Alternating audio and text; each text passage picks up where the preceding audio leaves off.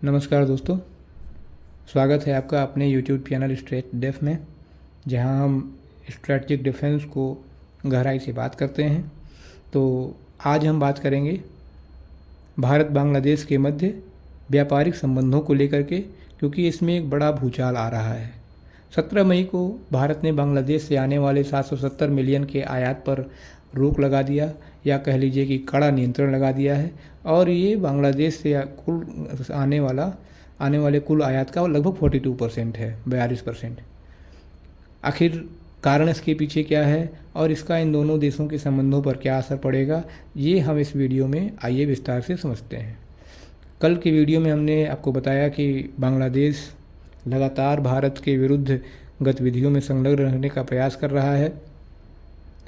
भारत ने अभी पाकिस्तान को आतंकवादी हमले का प्रतिकार के रूप में, सैन्य कार्रवाई के रूप में जवाब दिया है।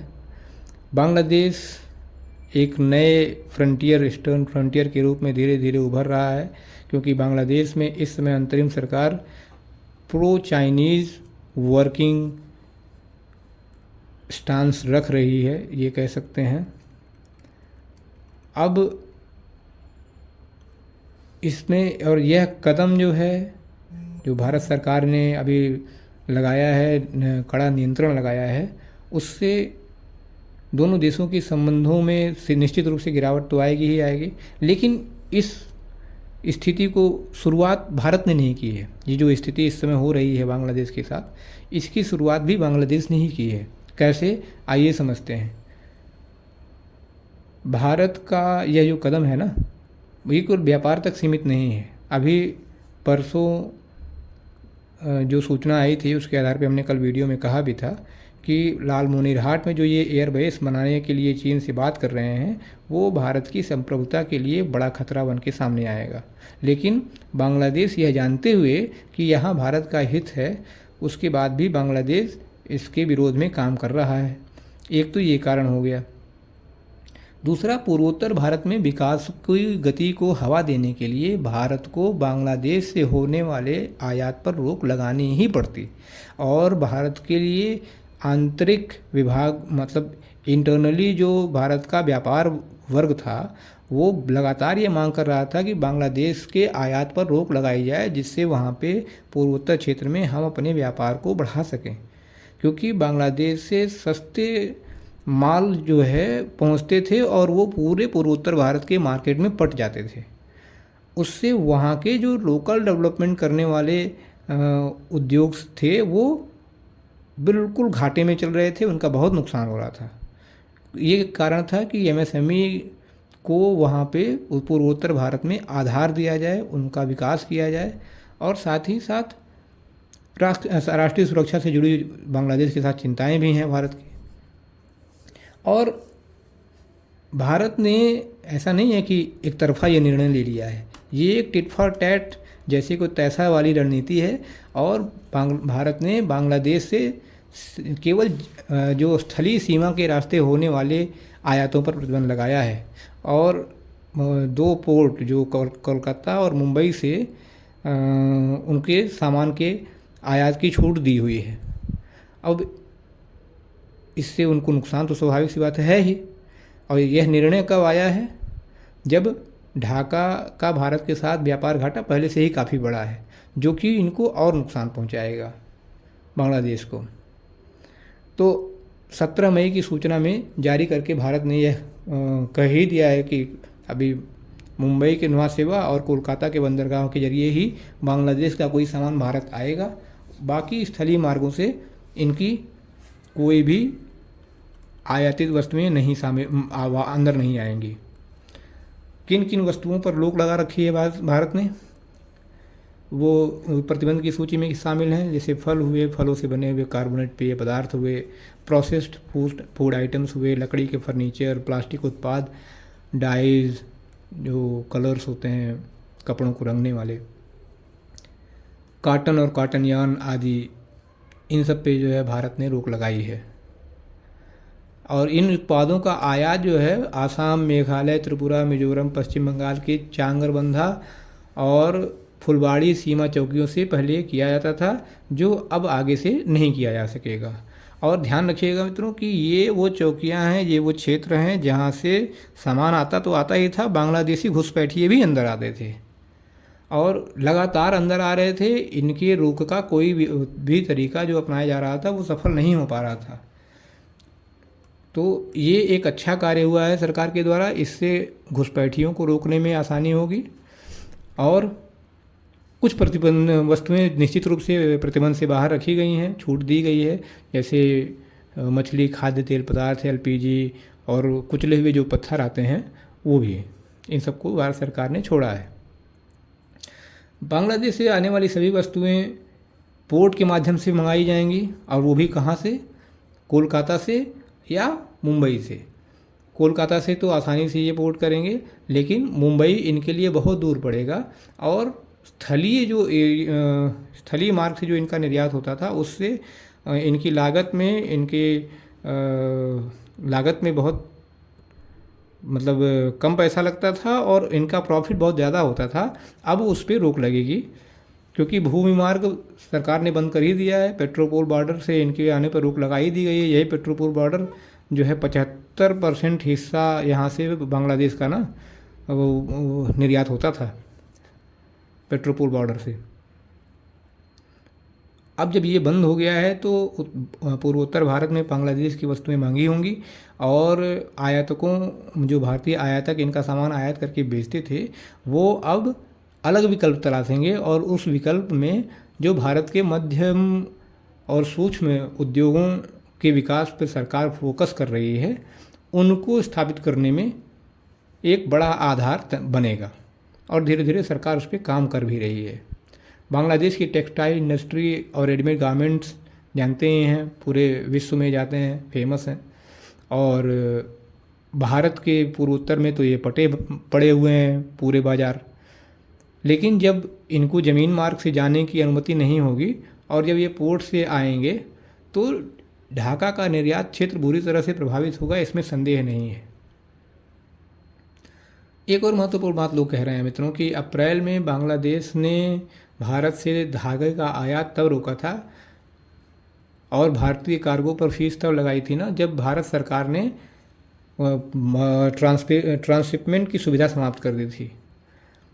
अब उनको ये कौन समझाए, या हो सकता है कि वो किसी एजेंडे के अंतर्गत ये कहना चाह रहे हो कि नहीं, ये सब जो हो रहा है उसको बांग्लादेश ने नहीं शुरू किया, जैसा कि बहुत लोग करते हैं कि जो सब कुछ होता है उसमें पाकिस्तान को कभी वो बना देंगे, मासूम सा बना देंगे कि नहीं, पाकिस्तान तो इसमें निरपराधी था, भारत ने ज़बरदस्ती उस पर हमला कर दिया। इसी तरह से वो बांग्लादेश के साथ करने का प्रयास कर रहे हैं कि बांग्लादेश बिल्कुल पाक साफ है और भारत ने उसके ऊपर बार बार इकोनॉमिकली अटैक करने का प्रयास किया है। उन लोगों को ये नहीं पता, या हो सकता है पता हो, ये बताना नहीं चाहते आपको, कि भारत सरकार ने पहले ये सब चीज़ें नहीं शुरू की हैं। आप समझिए कि मार्च में उनके देश का लीडर जा कर के दूसरे देश में हमारे राज्यों के बारे में सेंटेंस बोल के आता है और वो चाहता है कि भारत उस पर कोई एक्शन ना ले। ऐसा कैसे संभव है? वो तो बात हो गई 1 महीने की। उसके बाद भारत ने ये जो ट्रांसशिपमेंट वाली सुविधा है समाप्त कर दी थी। भारत ने क्या गलत किया था? आप हमारे स्थलीय मार्गों का प्रयोग करके नेपाल, भूटान, म्यांमार जैसे देशों तक आसानी पहुंच बना रहे थे, अपना बाजार चला रहे थे। तब आपको यह याद नहीं आया कहने के लिए कि हम जो है भारत की ज़मीन से होके जा रहे हैं तो भारत के हितों के विरुद्ध कुछ ना बोलें। अगर आपने ये सोचा होता तो कदाचित आप चीन के सामने ये नहीं कहते कि भारत के इन 7 सिस्टर्स के पास समुद्री मार्ग तक पहुंचने का कोई रास्ता नहीं है। इतना ही नहीं, अभी पिछले हफ्ते में मोहम्मद यूनुस ने कहा कि बांग्लादेश, नेपाल, भूटान और भारत का नाम नहीं लिया है, ध्यान दीजिएगा, 7 पूर्वोत्तर राज्यों के लिए एक एकीकृत आर्थिक योजना बननी चाहिए। ध्यान दीजिए कि यह जो भाषा है ना, एकीकृत आर्थिक योजना बनाने की इस पूरे एरिया को लेकर के, ये चीन की भाषा है। और ग्रेटर बांग्लादेश का एक जो विचार चल रहा है, जैसे कभी समय में एक ग्रेटर पाकिस्तान का आइडिया हुआ करता था, उसी तरह का इस समय कुछ बांग्लादेशी भी स्वप्न देख रहे हैं ग्रेटर बांग्लादेश का। वो चीन की भाषा है, जो दक्षिण एशिया में लगातार अशांति फैलाए रखना चाहता है। अब वो पाकिस्तान में एक बार प्रयास करके देख चुका और उसका परिणाम उल्टा रहा। अब वो बांग्लादेश के माध्यम से हो सकता है एक और प्रयास करे। बांग्लादेश ऐसा क्यों कह पाया, या मोहम्मद यूनुस चीन में जाके ऐसा क्यों कह पाए, इसके पीछे का मोटिव समझिए। बांग्लादेश चूँकि आसानी से वहाँ पे अपना माल खपत कर लेता था पूर्वोत्तर भारत में जा कर के, और फिर पूर्वोत्तर भारत से हो करके वो फिर कई बार ऐसा होता था कि सीधे बांग्लादेश से इधर आ गए, भारत में आ गए, बाजार से नहीं आए तो जो बचते कुचते थे वो पूर्वोत्तर भारत के माध्यम से भारत आ जाते थे। ये ऐसा होता था, तो उनको ये लगता था कि ये तो अपना कैप्टिव मार्केट है, बंधा हुआ बाजार है, जब चाहा जैसे चाहा आसानी से आए माल खपाया और चले जाएंगे। ये इनके मन में माइंडसेट में बैठ गया था। भारत ने इस मिथ को तोड़ दिया है कि वो अब आपका कैप्टिव मार्केट जो आप समझ रहे थे, उस भ्रम से बाहर आइए, वो आपका कैप्टिव मार्केट नहीं है। और पूरे देश में भारत सूक्ष्म और लघु उद्योगों के लिए काम कर रहा है। तो मेरा मानना यह है कि यह एक सही निर्णय था और सही समय में लिया गया कि पूर्वोत्तर भारत में सूक्ष्म एवं लघु उद्योगों को आगे बढ़ाया जाए, और यह सूक्ष्म एवं लघु उद्योगों को आगे बढ़ाने की योजना वहाँ के लिए वरदान सिद्ध होगी, ऐसा मेरा मानना है। हालांकि यह भविष्य में देखा जाएगा कि यह कितना सच होगा, लेकिन भारत को अब वहाँ पे एमएसएमईज के विकास की प्राथमिकता देनी चाहिए और पूर्वोत्तर में आत्मनिर्भरता को बढ़ावा देना चाहिए। सरकार ऐसा करेगी, इसमें मुझे संदेह नहीं है, बिल्कुल करेगी, क्योंकि सरकार का उद्देश्य बहुत ही क्लियर कट विजन है 2047 में विकसित भारत का, और सरकार उसे प्राप्त करने के लिए हर वो संभव प्रयास जो हो सकता है कर रही है।